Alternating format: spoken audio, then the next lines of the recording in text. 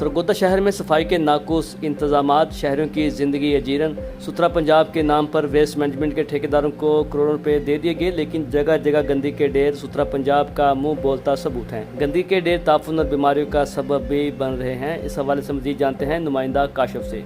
हाँ जी बिल्कुल, सरगोदा की अगर बात की जाए तो सरगोदा के अंदर भी जगह जगह पर गंदगी जो ढेर हैं वो दिखाई दे रहे हैं, जिसके बाद ताफुन फैल रहा है, बच्चे बीमार हो रहे हैं। शहरियों का जो है शिकवा यहाँ पे सामने नजर आ रहा है। शहरी ये कहते हुए दिखाई दे रहे हैं कि जगह जगह पे जो ये गंदगी है, सुथरा पंजाब जो है सिर्फ मेन रोडों के ऊपर ही जो है सफाई सुथराई करती है, मगर मेन जो मोहल्ले हैं, मोहल्लों के अंदर वैसे ही गंदगी जगह जगह पे पड़ी है, जिसके बाद ताफुन भी फैल रहा है। एक शहरी हमारे साथ मौजूद है, उनसे जानते हैं। जी बताइएगा आप। हाँ जी, गंदगी तो काफ़ी पड़ी है, जो कमी ले रहे इसी पास जो मेन के ऊपर वो कर लें।